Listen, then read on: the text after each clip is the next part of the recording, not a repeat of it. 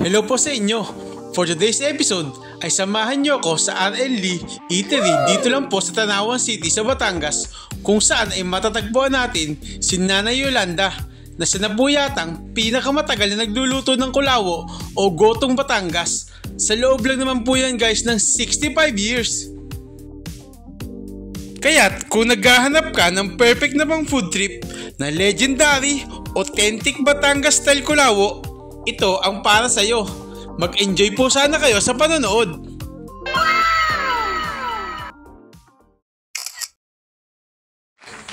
Hello po sa inyo mga katropa. Andito naman po ulit at nagbabalik ang inyong paboritong food vlogger ng Batangas. Guys, maulan ang panahon ngayon. At syempre, isa sa mga food trip natin mga Batanggenyo ay Gotong Batangas o mas kilala bilang kulawo. Andito nga pala ako ngayon sa R.L. Lee's Eatery. Dito lang po yan sa Darasa, sa Tanawan City sa Batangas. Guys, trivia muna. Yung may-ari nito, anak siya ni Ma'am Yolanda Maramot. Isa sa pinakamatagal na nagtitinda ng kulawo dito sa Batangas. Umabot na ng mahigit 60 years. Ganun katagal guys. Okay? So guys, itong kulawo nila guys, matagal itong pinakuluan, ang tagal. Sobrang lambot na ng mga ng mga parts nito. Nakakain na ako ito dati. At nung magsimula akong mag-food vlog, isa to sa mga talagang naisipan kong balik-balikan. Okay, so guys, tingnan nyo oh. Wow! Ang sarap. Itsura pa lang. Nakakatakam na. So guys, tingnan nyo naman guys, ang init. Tamang-tama talaga sa malamig na panahon, sa maulan. So yan, tikman na natin. Excited na ako.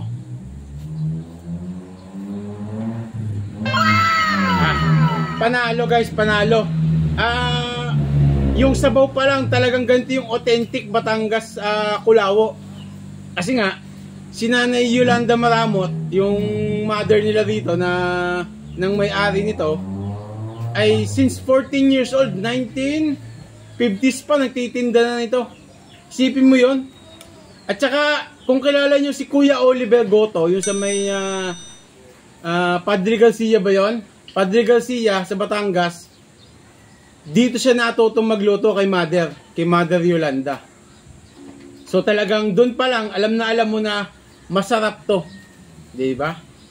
So yan, tikman na natin yung yung kulawo nila. Guys, nga pala, pag ako gusto ko kakain ng ganito, gusto ko maanghang. So ito ang perfect na partner niyan, patis at saka sili. Yan. Tapos, dito sa amin sa Batangas, nilalagyan ng sibuyas. Okay, nilalagyan ng sibuyas yung mismong kulawo. O, lagyan tayo ng konti lang muna. Ayan. Ayan. Kakain na!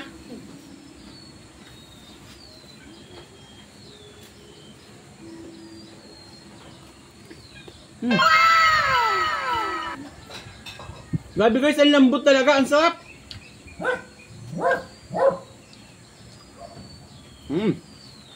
Grabe, tingnan nyo. Guys, usually, yung mga parts nito, ito, may kodigo ako dito. Yun, ang ginagamit dito, maskara, trapilya, atay, at saka tuwalya ng baka. Yun. Ang sarap. Parang ayoko nang magsalita. Parang gusto ko na lang kumain ng kumain.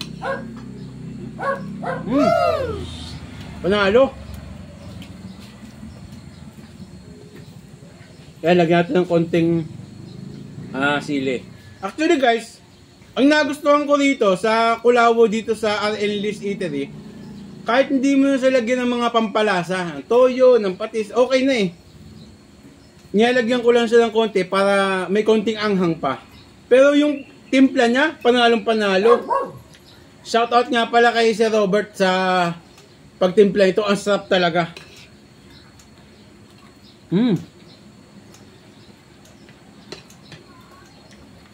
Grabe guys. Sana pumunta kayo dito at ma-experience nyo yung sarap. Ang lambot ng laman. Ang lambot ng taba. Ang lambot ng atay. At saka guys, isa pa sa nagustuhan ko dito yung sabaw niya. Okay, dahil sa tagal na pinakuluan, talagang lasang-lasa mo yung ano eh. Lasang-lasa mo yung mga sama-sama na ng lasa ng mga pinakuluan. Doon na mismo kasi pinakuluan, doon na pinalambot. So yung lasa sama-sama para matikman mo. Sipin mo yun. Ang sarap talaga. Ito guys, sa mga nagtatanong pala kung paano pumunta dito, madali lang itong hanapin, ano? Dahil sikat nga to, legendary. Kung papunta ka ng Lipa, galing ka ng Santo Tomas sa Batangas, nasa left side to. Kung alam niyo yung kanto ng 216, sa kabilang side nun may bakery ng Pantoja at saka may maliit na simbahan. Ito, ipapakita ko sa inyo yung video, ano? Yan, dyan sa gitna. Papasok ka lang dyan, dire-diretso. Kung meron kang sariling sasakyan, dire-diretso lang siya. Pag nakakita ka ng intersection, kakanan ka, papunta ng sabungan ng Tanawan, Darasa. Bago sumapit ng sabungan niya, papakita ko yun sa inyo, yung video. Tapos kung wala ka namang sariling sasakyan, pwede kang mag-tricycle. Alam naman to, sabihin mo lang doon sa tricycle na dito sa RN Lee's Eatery, katabi ng sabungan, madaling makita. Tapos yung opening hours nila at saka opening days, ito. Tuesday, Wednesday, Thursday, at saka Friday, and Saturday and Sunday. Tama ba? Oo. 6 o'clock ng umaga hanggang 6 o'clock ng gabi. Okay? Ulitin ko ha. Tuesday, Wednesday, Thursday, Saturday, and Sunday, 6 a.m. to 6 p.m. Okay? Tapos, just in case lang na naghahanap ka pa ng ibang ulam, meron din sila rito ino-offer na mga lutong bahay, iba't iba. So, yung mga common sa atin na ulam, adobo, kaldereta, ano pa ba? Yan, nilaga, pata, dinuguan, yan. Isa sa mga sikat din dito. Meron silang ino-offer din na ganon. So, ayun, marami kang pwedeng matikman dito na ano, pero ito talaga yung dinadayo, yung kulawo.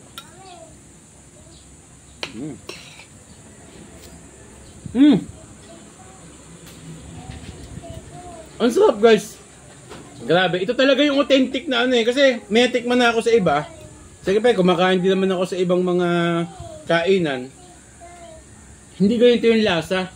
Kasi siguro, ang nag-set apart nito, doon sa ibang kainan, ay yun nga yung experience ni Mother Yolanda.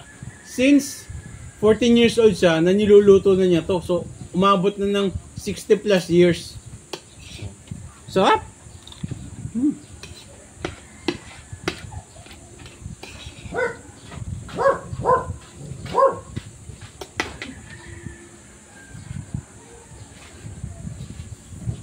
Tapos guys, ito nga palang ano, sikat na sikat din to sa mga sabungero.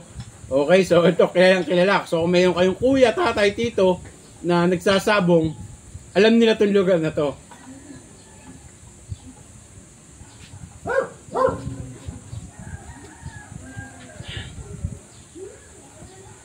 So ito nga palang RN Lee's Eatery, magto 2 years na sila kasi parang bagong tayo lang to eh. Noong July 2022 lang. So itong upcoming July 2024, magto 2 years sila dito sa pwesto na to. Okay? At saka yung napansin ko ito guys, bukod sa masarap talaga yung pagkain, kasi yun naman talaga yung pinupunta ng tao, yung mismong crew nila, yung staff, yung may-ari, yung mag-asawa at saka si Nanay Yolanda, very hands-on sila. Hands-on sila dito sa pagtitinda. At saka napakababait ng crew. Mabilis silang mag-serve. Mabilis silang maglinis. Yun ang isa sa gusto ko sa kainan eh, malinis at saka mababait yung mga crew na nag-serve sa'yo. Tapos guys, medyo malaki rin tong space na to. Ilan din tong kasya rito, no? Ilang lamesa rin. So, kung grupo kayo, hindi nyo na problema yung parking kasi maraming parking sa labas. Kahit ilang kayo, kaya kayo ma-accommodate dito. So, punta na kayo, ha? Ha? Grabe. Panalo talaga to. Maganda yung pagkakaluto. Wala siyang malansang amoy o kung ano man. Malinis na malinis. Kasi guys, tingnan nyo to ha. Eto. Ayan, ito yung trapilya. Okay, isa sa mga intestine ng baka. Ang sarap, ang lambot, tsaka wala talagang aftertaste. Alam mo na nilinis ang mabuti at tsaka matagal na niluto. Diba?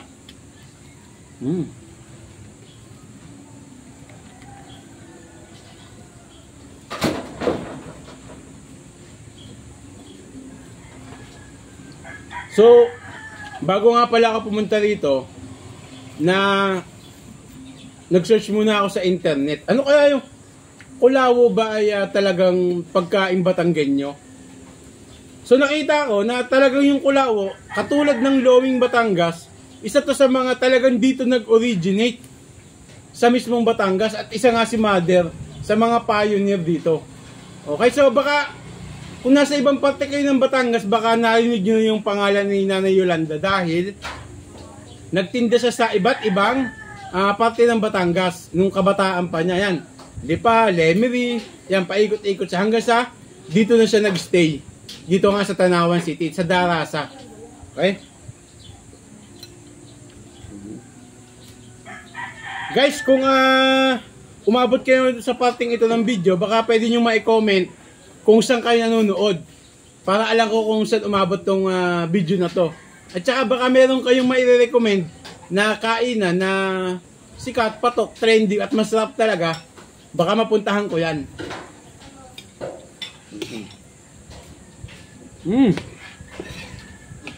Grabe ang sarap.